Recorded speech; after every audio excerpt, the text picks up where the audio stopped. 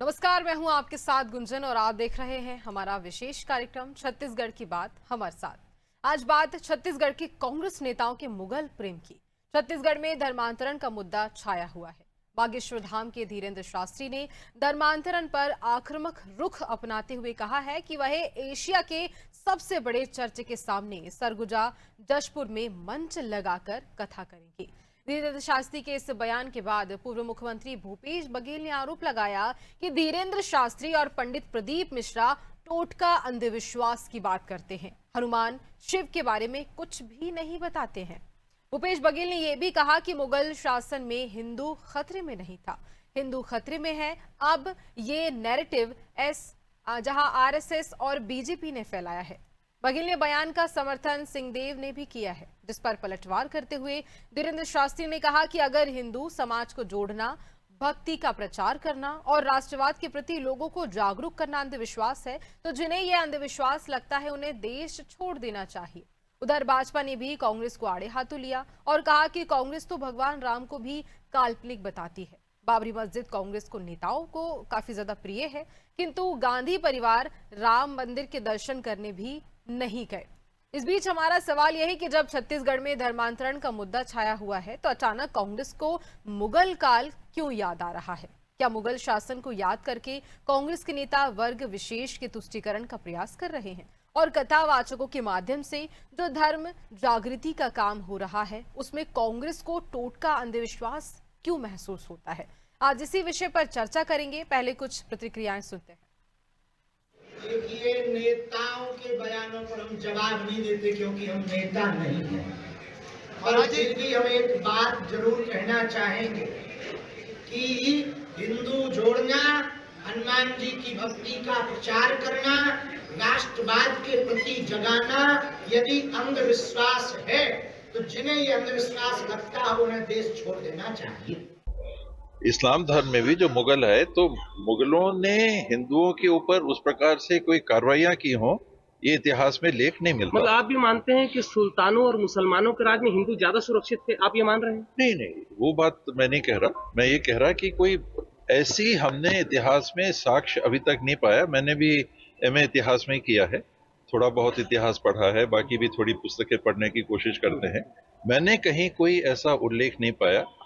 सरगुजा से मैं आता हूँ, सरगुजा अंचल से आता हूँ। हम लोग भी एक राज परिवार के थे। कितने मुसलमान थे वहां? मुसलमानों के समय भी तो सरगुजा रियासत थी। कितने मुसलमान? हिंदू सुरक्षित थे कि नहीं वहां? तो मुगलों के काल में धर्मगुरु वाकई में बेवकूफ बनाते हैं क्या? बेवकूफ बना रहे हैं, भावनाओं को उकेर रहे हैं, इसमें कोई दो बात नहीं है। धीरेन्द्र शास्त्री, प्रदीप मिश्रा जैसे लोग बेवकूफ बना रहे हैं। जो भी ये कह रहा है, जो भी धर्म की बात इस नाते कह रहा है कि हमको वोट मिल जाए, भारतीय जनता पार्टी को वोट मिल जाए, वो गुमराह कर रहा है। बीएसपी को लेकर के उदाहरण आप देखिए, मनरेगा का इससे बड़ा नहीं हो सकता कि गांधी जी का आपने अपमान किया और भगवान पुरुषोत्तम का नाम इस योजना में कहीं नहीं है। जो आरएएम शब्द का इस्तेमाल किया जा रहा है वो क्या है? रूरल आजीविका मिशन, उसमें राम जी का नाम का इस्तेमाल करके लाभ लेना चाह रहे हैं। कांग्रेस पार्टी हमेशा सनातन का विरोधी रही है। राम सेतु की जब बात आई तो उन्होंने कहा यह काल्पनिक है। भगवान राम को उन्होंने मैथ कहा, काल्पनिक कहा। कांग्रेस पार्टी हमेशा से, इनके जो कपिल सिब्बल थे, ये बाबरी मस्जिद एक्शन कमेटी की ओर से विधि मंत्री रहते हुए भी वकालत करते थे। ये किस मुंह से बात करते हैं? राम मंदिर बन चुका, आमंत्रण मिला, किंतु गांधी परिवार दर्शन करने नहीं गया।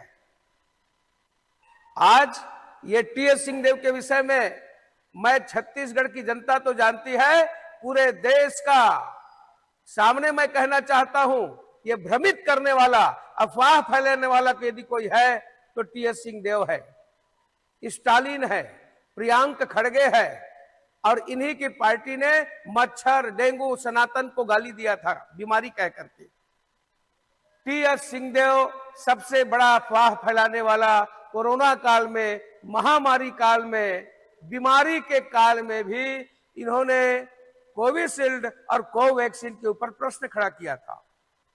आज हमको गर्व है कि प्रदीप मिश्रा ने गांव गांव में, गली गली में आम जनता, आबाल वृद्ध नर नारी आज शिव भक्ति के लिए उमड़ पड़ा है। हमें गर्व है कि ऐसे धीरेन्द्र शास्त्री भगवान बागेश्वर धाम की जो महिमा बता रहे हैं, सनातन को जागृत करने का काम किया है, आप उन पर प्रश्न खड़ा करते हैं। तो देखिए, जो मुद्दा गरमाया हुआ है इसी पर हम चर्चा करेंगे और हमारे साथ खास मेहमान जुड़े हुए हैं इस पूरे मामले को लेकर। इस पूरी चर्चा पर वात्सल्य मूर्ति भाजपा प्रवक्ता हैं, प्रीति उपाध्याय हमारे साथ जुड़ी हुई है जो कांग्रेस प्रवक्ता है, रमेश पांडे हमारे साथ जुड़े हुए हैं, वरिष्ठ पत्रकार हैं। आप तीनों का बहुत स्वागत करना चाहूंगी। प्रीति जी, सबसे पहला सवाल आपसे ही, क्या लगता है कांग्रेस के जो बड़े नेता हैं इस तरह से जो बयान दे रहे हैं, क्या ये सही है?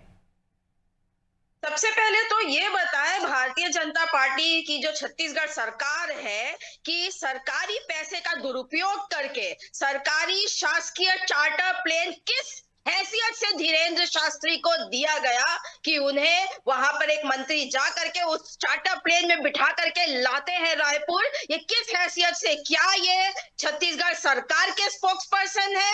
और ये इस तरह की जो बयान दे रहे धीरेन्द्र शास्त्री, देश निकाला देने का फरमान देने, ये भी किस हैसियत से वो दे रहे हैं? ये दो प्रश्नों का जवाब सबसे पहले चाहिए कि क्या वो भारतीय जनता पार्टी के स्पोक्स पर्सन है, क्या वह छत्तीसगढ़ राज्य के स्पोक्स पर्सन है, या कि वो केंद्र सरकार के भारतीय जनता पार्टी की सरकार के स्पोक्स पर्सन है। सबसे पहले ये जवाब दे दे सरकार के नुमाइंदे जो बैठे हैं यहाँ पर, और सरकार ये इस तरह का बयान जो हो रहा है इस पर FIR होना चाहिए धीरेन्द्र शास्त्री के खिलाफ। धीरेन्द्र शास्त्री ने पूर्व CM और डिप्टी CM को देश निकाला जैसा शर्मनाक बयान दिया है और अपमान किया है इस प्रदेश की जनता का। वो मुख्यमंत्री और उप मुख्यमंत्री तब बने जब जनादेश मिला था उन्हें, और आज देश निकाला का ये फरमान सुनाने वाले होते कौन है? ये किस हैसियत से? देखिए, वो हिंदुओं को जागृत करने वाले एक संत हैं। प्रीति जी सुनिए, वो हिंदुओं को जागृत करने वाले एक संत हैं जो हिंदुओं को जगा रहे हैं, अच्छी बातें बता रहे हैं। और देखिए, कई जगह पर जो धर्म परिवर्तन करते लोग नजर आते हैं उनको भी कहीं ना कहीं उनका जो धर्म भ्रष्ट किया जा रहा है, उन्हें वो सच्ची बातें बता रहे हैं, उन्हें सीख दे रहे हैं। लेकिन पूर्व मुख्यमंत्री भूपेश बघेल ने ये कहा है कि ये टोटका अंधविश्वास कर रहे हैं। तो मैं उस बात का जवाब आपसे मांग रही थी। खैर, हमारे साथ वात्सल्य मूर्ति जुड़े हुए हैं, भाजपा प्रवक्ता हैं। वात्सल्य जी,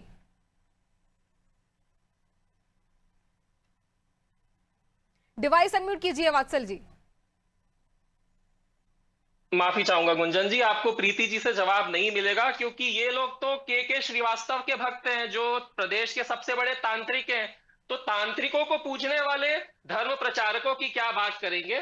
तो इन लोगों से आपको कोई जवाब नहीं मिलेगा। देखिए प्रीति जी, विज्ञान कहता है कि बेटे पर है ना बाप का असर पड़ता है, पिता का असर बेटे पर पड़ता है, और ठीक उसी तरीके से कार्यकर्ताओं पर जो पार्टी के बड़े नेता है उनका असर पड़ता है।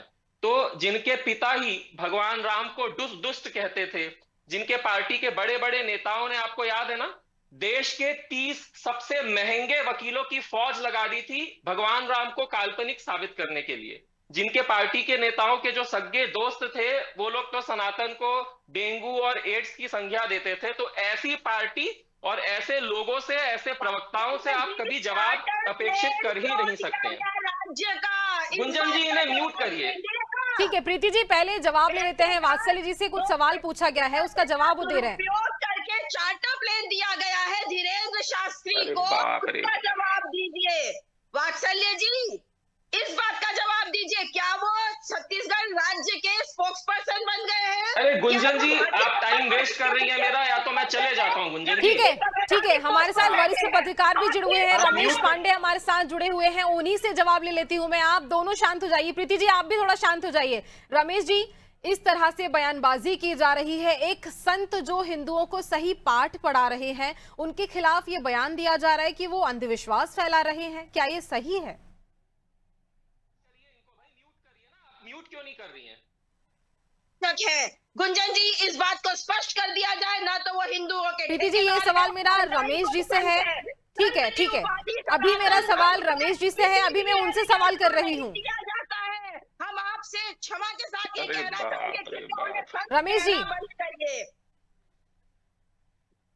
संत की उपाधि सनातन धर्म में हर किसी ऐरे गहरे को चलते हुए नहीं दिया जाता है। धीरेन्द्र शास्त्री को संत कहना बंद करिए, कथावाचक कह सकते हैं आप। गुंजन जी, आप मेरा समय बर्बाद कर रही हैं, कृपया इनको म्यूट प्रीति करिए। जी शांत हो जाइए। अभी मेरा सवाल रमेश जी से है, मैं उनसे सवाल करती हूँ, उसके बाद मैं आपके पास वापस लौटूंगी, फिर जो भी आपके तथ्य हैं वो सभी आप रखिएगा। रमेश जी, आपको आवाज आ रही है?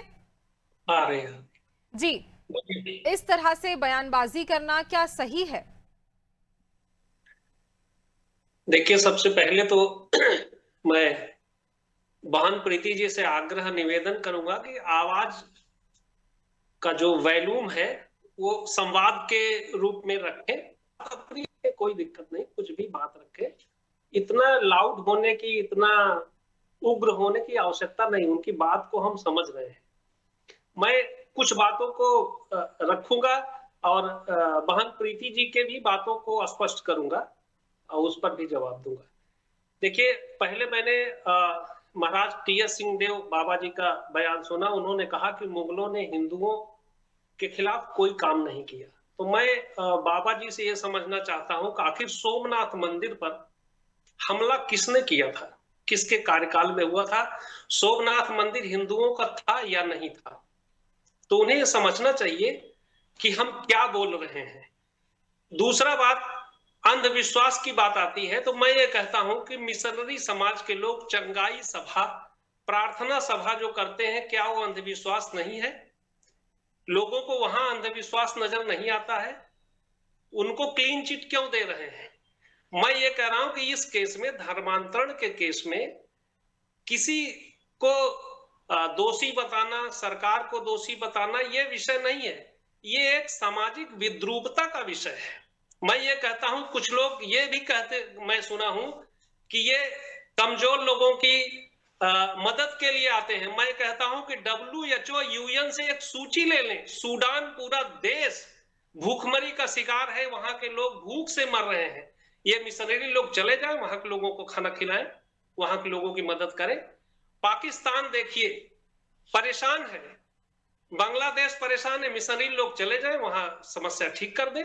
क्या दिक्कत है? उनको यहीं भारत में आकर के ये नाटक करने की क्या जरूरत है?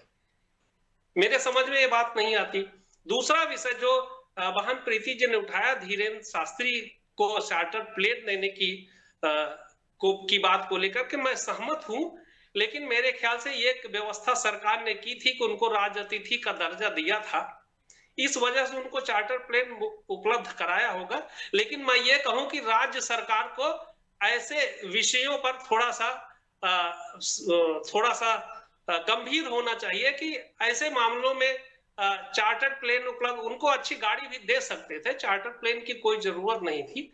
एक ऐसा माहौल बनाया जाए कि जो दूसरों को भी बुरा न लगे, सबको अच्छा लगे, और एक संत की गरिमामय परंपरा का भी पालन हो, ये होना चाहिए था। मैं प्रीति जी की इस बात से सहमत हूं कि चार्टर प्लेन का उपलब्ध कराया जाना, ठीक है। ख्याल से वात्सल्य जी, क्या आप रमेश जी की इन सभी बातों से सहमत हैं? देखिए, रमेश सर ने बहुत ही खूबसूरती के साथ पूरी बात अपनी रखी। मैं रमेश जी की बात को थोड़ा और आगे बढ़ाते हुए एक और बात आपको कहना चाहूंगा। टी.एस. बाबा ने कहा कि मुगलों के समय में धर्मांतरण नहीं होता था और हिंदू सेफ थे। देखिए, आज कौन सा दिन है गुंजन जी? आज जो है वीर बाल दिवस है। क्या हम सब ये भूल गए हैं कि वीर बाल दिवस हम क्यों मना रहे हैं? उन दो छोटे बालकों ने सिर्फ मना कर दिया था कि हम अपना धर्म नहीं बदलेंगे, इसीलिए मुगलों ने उन्हें जिंदा चुनवा दिया। प्रीति जी कह दें कि यह भी काल्पनिक है। इन लोगों के लिए तो सारी चीजें काल्पनिक है। और रही बात चार्टर प्लेन की, देखिए रमेश जी ने बहुत अच्छी बात कही। रमेश सर, मैं आपकी पूरी बात से सहमत हूं, मगर यही हमारा देश है जहां तमाम जितने भी पादरी हैं और जितने भी मुल्ला हैं, सभी को सरकार की तरफ से सैलरी दी जाती है 15 से 18 हजार। ये सरकारी सैलरी उनके खाते पर क्यों दी जाती है? क्यों दी जाती है? ये पैसा आ कहां से रहा है? कहीं ना कहीं प्रीति जी, आपसे हाथ जोड़कर निवेदन है प्रीति जी, आप कृपया करके जनता का और हमारा समय बर्बाद ना करें। प्रीति जी, हाथ जोड़ के निवेदन है आपके साथ। मैं जब डिबेट में बैठता हूं, मेरा पूरा दिन आप खराब कर देती है, इतना चिल्लाती है, मेरे कान में दर्द हो जाता है। निवेदन है भाई आपसे। तो भाई जनता का पैसा, मैं रमेश जी की बात से सहमत हूं, चार्टर प्लेन नहीं देना चाहिए था, मगर बाकी जो चीजें हो रही है भाई उसका 0.01% अगर हिंदू अपने टैक्स के पैसे से खर्च कर रहा है तो इसमें हर्जा क्या है? राहुल गांधी, स्वर्गीय राजीव गांधी जी और सोनिया गांधी जी, क्या हम सब नहीं जानते, अपनी एनिवर्सरी मनाने के लिए आर्मी के आईएनएस में आइलैंड गए थे। 12 दिन तक वो आईएनएस वहां पर खड़ा था। उन्होंने आर्मी के ऑफिसर्स को वेटर की तरह ट्रीट किया था अपनी पर्सनल एनिवर्सरी बनाने, और ये हर साल जाते थे वो, ये पूरा देश जानता है। तो हम वहां से आज यहां पर आए हैं, निश्चित तौर पर जो भी रमेश जी ने कहा है, मगर मैं यहां पर एक चीज और, क्योंकि धर्मांतरण की बात हो रही है गुंजन जी, इतिहास आप खंगाल कर देख लीजिए, आज तक भारत के 70 साल के इतिहास में आपको कभी कांग्रेस धर्मांतरण के लिए रायपुर बंद या छत्तीसगढ़ बंद करती हुई नजर आई क्या? जो सर्व समाज ने 3 दिन पहले जो काम किया, वो कांग्रेस विपक्षी दल है, क्या कांग्रेस नहीं कर सकती थी? मेरी इज्जत होती कांग्रेस, मैं इज्जत करता कांग्रेस की, देश प्रदेश की जनता भी कांग्रेस की, मगर कांग्रेस के ना घोषणा पत्र का धर्मांतरण, नक्सलवाद या आतंकवाद जैसे मुद्दे कभी रहे हैं घोषणा पत्र का हिस्सा, और ना ये इनकी वोट बैंक पॉलिटिक्स का हिस्सा है, सिर्फ और सिर्फ तुष्टीकरण। जहां पर भी आज बांग्लादेश में जो कुछ भी हुआ, एक कोई नेता निकाल दीजिए आप, भाई हिडमा जब मौत होता है तो इनके बड़े बड़े नेता रोने लग जाते हैं। आज आप बांग्लादेश क्या हुआ, बांग्लादेश में जो हिंदुओं के साथ हो रहा है कोई कुछ नहीं बोलेगा, कोई कुछ नहीं, मगर यहां धीरेन्द्र शास्त्री जी अपने धर्म का प्रचार कर रहे हैं, तो के शास्त्री जी के सपोर्टर्स धीरेन्द्र शास्त्री जी के अगेंस्ट में खड़े हो गए हैं। बोलिए प्रीति जी, बोलिए, आपके, अब मैं चुप रहूंगा, आप बोलिए। नाने लगा आपकी ये बढ़िया एक्टिंग, एक नंबर एक्टर है आप, कांग्रेस के बेस्ट एक्टर हो आप। आप भी करा लीजिए, एक आधी अरे क्या, अरे बता देंगे आपको। बहुत स्पष्ट बात, एक बात सुन लीजिए कि धर्मांतरण पे सुप्रीम कोर्ट ने नोटिफिकेशन दिया, कानून बनाइए, जो करना है केंद्र सरकार को करना है। कर क्या रही है 15 साल से सरकार आपकी, केंद्र में भाजपा भारतीय जनता पार्टी की सरकार? क्यों टाइम पास कर रही है? क्यों यहाँ पे पहले दिन से कह रहे थे जैसे ही आपकी सरकार बनी कि आप धर्मांतरण मुझसे जवाब ले लीजिएगा। 2 साल का सेलिब्रेशन कर रहे हैं, कहाँ है धर्मांतरण पर कानून? और 3 दिन पहले आपके संगठन, जो आपके समर्थित संगठन है, वो लोग बुला करके बंद और तोड़ फोड़ मचाए हैं पूरे रायपुर शहर में। इस पर आप गर्व कर रहे हैं तो आपको शर्म आनी चाहिए। सबसे बड़ी बात गुंजन जी, धीरेन्द्र शास्त्री कोई संत नहीं है, ना हिंदुओं का ठेकेदार है, हिंदू हम भी हैं और हम उन्हें संत भी नहीं मानते, वो मात्र एक कथावाचक है। सनातन धर्म में हम फिर से बोलेंगे, हर किसी ऐरे गहरे को संत की उपाधि नहीं दी जाती है। हमारे शंकराचार्य हैं और भी मठाधीश हैं, जो है उनकी बात सुनी जाएगी, परंतु कोई भी यहाँ पे आ जाए कथावाचक और अनर्गल बयान दे और हमारे नेताओं को देश निकाला जैसा बयान दे और ये सरकार चुप रहे, तो क्या सरकार की सहमति है ऐसे बयान पर? इस बात पर वात्सल्य जी बताएं कि क्या सरकार, भारतीय जनता पार्टी की क्षेत्र, यहाँ केंद्र की सरकार और छत्तीसगढ़ सरकार दोनों, क्या इस तरह के बयान का सपोर्ट करती है कि देश निकाला जाए? क्योंकि तब बात अलग तरीके से होगी गुंजन जी। ठीक है, इसका जवाब वात्सल्य जी बाद में देंगे। पहले मैं आपको कह देती हूँ कि उन्होंने बयान नहीं दिया है, उन्होंने पलटवार किया है। जो भूपेश सरकार, अगर बात की जाए तो पूर्व मुख्यमंत्री ने जो बयान दिया था उन्होंने उसका जवाब दिया है। और दूसरी बात है कि पंडित धीरेन्द्र कृष्ण शास्त्री कोई ऐरे गहरे संत नहीं है, ये बात आपको भी समझ आना चाहिए। ठीक है, अब बाकी के आपके जो सवाल है उनका जवाब वात्सल्य जी से ले लेते हैं। आप उनकी भक्त हो सकती हैं, एक हिंदू, सनातनी हिंदू प्रीति उपाध्याय शुक्ला। ठीक है, आप सनातनी हिंदू हैं, मैं भी सनातनी हिंदू हूँ, वात्सल्य जी भी सनातनी ही हैं। यहाँ सवाल ये हो रहा है कि जो बयान दिया गया है, पूर्व मुख्यमंत्री भूपेश बघेल ने ये कहा गया है कि वो टोटका करते हैं, वो अंधविश्वास फैलाते हैं, क्या ये सही है? वो हिंदू राष्ट्र बनाना चाहते हैं। प्रीति जी, आपको भी बात समझना होगी। वात्सल्य जी देखिए गुंजन जी, मैं आपको एक बात बताऊं, प्रीति जी कह रही थी कि प्रदेश में भी हमारी सरकार है, देश में भी हमारी सरकार है, धर्मांतरण कानून की इन्होंने बात की। मैं आपको एक बहुत ही शर्म की बात बताता हूं, कर्नाटक में क्या हुआ पता है? राहुल गांधी जी के घोषणा पत्र का हिस्सा था, और उस घोषणा पत्र का हिस्सा था, उसमें लिखा हुआ था कांग्रेस की सरकार अगर आती है तो पहली कैबिनेट मीटिंग में पूरे कर्नाटका में जो धर्मांतरण कानून है उसे हम निरस्त कर देंगे। ये उनके घोषणा पत्र का हिस्सा था। और सिद्धरमैया की सरकार जो है कल बनी और आज 24 घंटा भी पूरा नहीं हुआ था, पहली कैबिनेट मीटिंग में जो सिद्धरमैया ने पहला सिग्नेचर किया वो था कर्नाटका का जो धर्मांतरण कानून है उसे उन्होंने रद्द कर दिया। तो किस मुंह से कांग्रेस धर्मांतरण कानून लाओ इसकी बात करती है? पहली बात। दूसरी बात, आप दीजिए दूसरी ना, बात, केंद्र सरकार क्या कर रही है? निठल्ली निकम्मी अरे केंद्र फिर ये सरकार अरे क्या कर बाप रही रे, क्या भाषा है भाई इनकी, छी छी छी। गुंजन जी इन्हीं से जवाब लीजिए। मैं तो आपकी भी बातें सुन के ऐसे ही कान में दर्द हो रहा था। गुंजन जी देखिए इन्हीं को समय बोलने की हमारे दीजिए। पास यहाँ आप कमी है। मैनेज जो नहीं कर सवाल पाएंगे, प्रीति गुंजन जी आप ही का सवाल है उसका जवाब मैं वात्सल्य जी से ले रही हूँ, वो वही जवाब दे रहे हैं। सुन लेते हैं क्या कह रहे हैं वो। इस बात का लेकिन जवाब देना कि केंद्र सरकार कानून क्यों नहीं ला रही है। सुप्रीम ठीक कोर्ट का है डायरेक्टिव वात्सल्य जी है, बताइए, इसका जवाब मिल जाए। केंद्र सरकार कानून क्यों नहीं ला रही है? मैं बता रहा हूं, कृपया करके प्रीति जी आपसे निवेदन, आप सुन लीजिए मेरा पूरा जवाब। आप ही का जवाब दे रहा हूं। 2008 में हमने कानून में अमेंडमेंट के लिए लाया था, मगर कांग्रेस जो है रोड से लेकर सदन तक रोने लग गई। कांग्रेस ने ही नहीं दिया। ये धर्मांतरण कानून की बात मैं कर रहा हूं। 2008 माननीय रमन सिंह जी के कार्यकाल की मैं बात कर रहा हूं। हमारे वरिष्ठ पत्रकार भी मेरी बात से सहमत होंगे, ये फैक्ट है। और निश्चित तौर पर 15 साल अब बात अरे घुमा प्रीति, करें ना। प्रश्न सिंपल है, एक लाइन में फिर से सुन लीजिए प्रश्न। 15 साल से केंद्र में आपकी सरकार है, आप धर्मांतरण कानून क्यों नहीं ला रहे? प्रश्न समाप्त। जवाब ठीक है, दीजिए। देखिए समय हमारे पास ज्यादा नहीं है, इसलिए जो जिस हिसाब से जो विषय रखा गया इस पे हम लंबी चर्चा कर सकते हैं, लेकिन समय की हमारे पास यहाँ कमी है। हमारे साथ वरिष्ठ पत्रकार लगातार बने हुए सारी बातों को वो सुन रहे हैं, और सर समय की बहुत ज्यादा कमी को देखते हुए मैं सभी को यहाँ धन्यवाद देना चाहूंगी। और देखिए इस पूरे मामले पर जो बयानबाजी की जा रही है, जो पलटवार यहाँ देखने को मिल रहा है, आगे देखना होगा क्या कुछ होगा। खैर मुझे दीजिए इजाजत, बनी रहे अनादि टीवी पर। नमस्कार।